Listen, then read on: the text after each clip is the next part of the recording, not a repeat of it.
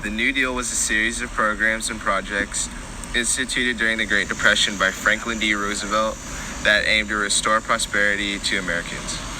When Franklin Roosevelt became president, he offered a new deal for the American people. What was the deal? How was it put in place?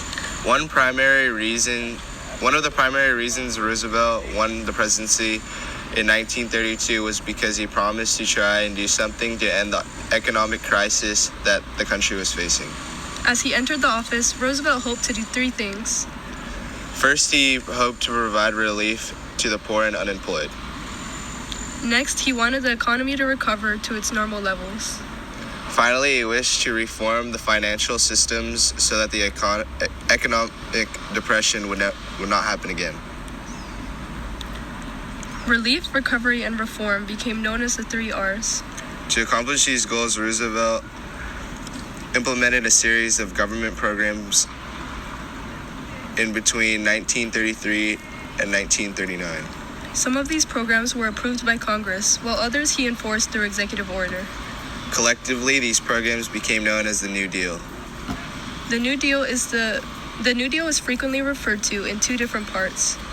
The first New Deal, which was enacted between 1933 and 1934, was largely concerned with reconstructing the nation's economy and offering relief to the banking industry. The second New Deal, which was enacted between 1935 and 1938, sought to improve the use of the nation's resources, provided relief for farmers, and created various government work programs. There are many different types of programs that were a part of the New Deal. These programs had a variety of different intended purposes. Programs such as the Works Progress Administration, WPA, and the Civilian Conservation Corps, CCC, were designed to put unemployed people to work. The Social Security Act was created to provide financial relief to the elderly. Meanwhile, the Tennessee Valley Authority, TVA, brought much-needed electricity to rural areas in the South. The Federal Deposit Insurance Corporation, FDIC, was another important agency created by the New Deal.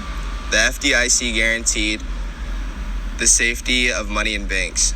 Citizens no longer had to fear losing their money if their bank closed. This scenario was very common during the early years of the Great Depression. The FDIC is still in operation today to ensure money deposited in banks. Aside from the FDIC, there are many government agencies that were created by the New Deal which still exist. Amongst them are the Federal Housing Administration, FHA, the Federal Corp Insurance Corporation, FCIC, and the Security Exchange Commission, SEC. The Federal National Mortgage Association, the National Labor Relations Board, the Social Security Administration, and the Soil Conservation Service were all created by the president. But not everyone was a fan of the New Deal. Many felt that Roosevelt was leading the United States down the path of socialism. Others saw the New Deal projects as a waste of money and resources. Today, some economists and historians believe that Roosevelt's adherence to the New Deal policies actually prolonged the Great Depression. However, the New Deal programs did put millions of people to work providing economic relief for struggling families. The New Deal initiatives also allowed for the construction of roads, schools, parks, hospitals, and many other facilities that were needed throughout the nation. Roosevelt's New Deal fundamentally and permanently changed the U.S. federal government by expanding its